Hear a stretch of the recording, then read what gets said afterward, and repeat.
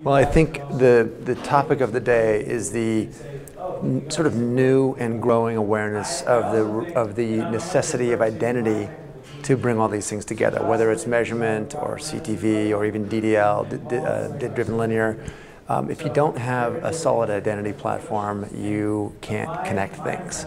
The things we're talking about connecting are exposures on glass to households and devices and the people behind them, and then hopefully bring it all together with a description there that you can then plug into reach metrics and estimation metrics. So you sat in a panel about the state of the ID resolution ecosystem. We've made huge progress in the last couple of years. Where are we today in relation to that ecosystem? Well, I think the progress we've made is mostly just in awareness of these building blocks which are so required to set up these new ways of measuring. Not so much on the improvement of the quality of the building blocks. But to first address a problem, you have to acknowledge it, be aware of it, acknowledge it, and then you have to start to address it. So I think what people are realizing is that identity and general accuracy around all these big data sets is something that needs a lot more attention that's been given in the past. Typically, the systems and companies that have been built to amass all this data have been oriented around scale, because that's how the compensation works, that's how all the incentives will work, how many things can I sell you? And now there are new requirements for increased accuracy around identity and attributes to support things like new measurement. And are we getting there? I mean, are match rates, when I'm trying to resolve identity, improving? Are people more aware of the pitfalls of certain methodologies? Are they taking the steps required to really deliver what the buy side is looking for?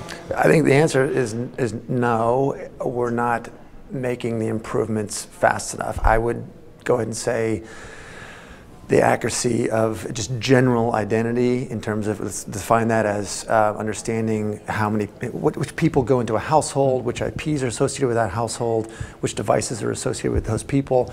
I think we're right around 50%, sometimes better or worse. That's not good enough. It's not good enough. That's not good enough to overthrow any legacy systems. Like, we have to try harder to understand the quality and improve the quality of these fuel sources before we just shove them into these engines and expect a different car to win the race. And is there a single problem that underpins that, or is it multiple problems?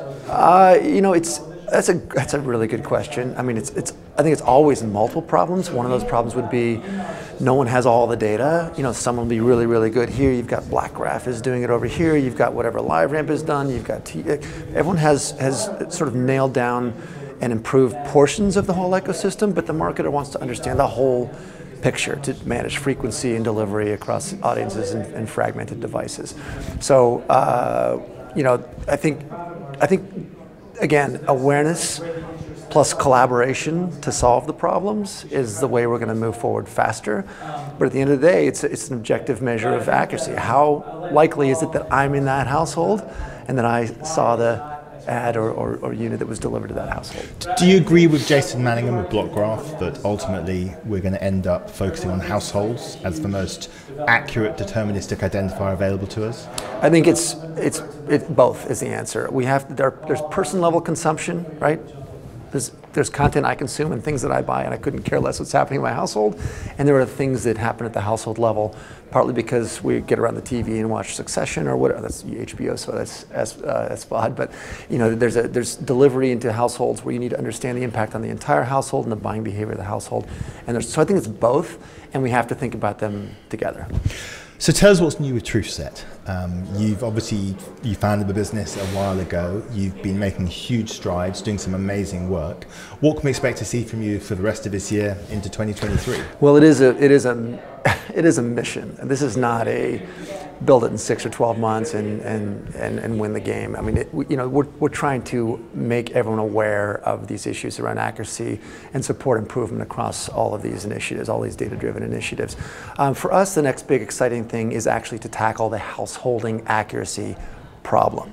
Like, clearly, as dollars move from linear into more addressable forms of television, we need to understand who's in the household and do a better job of bringing data to describe those audiences and predict them than using a tiny panel here and extrapolating 3,000 times. So we are now recruiting participants to join a collective that will run the same process we've done for attribute data.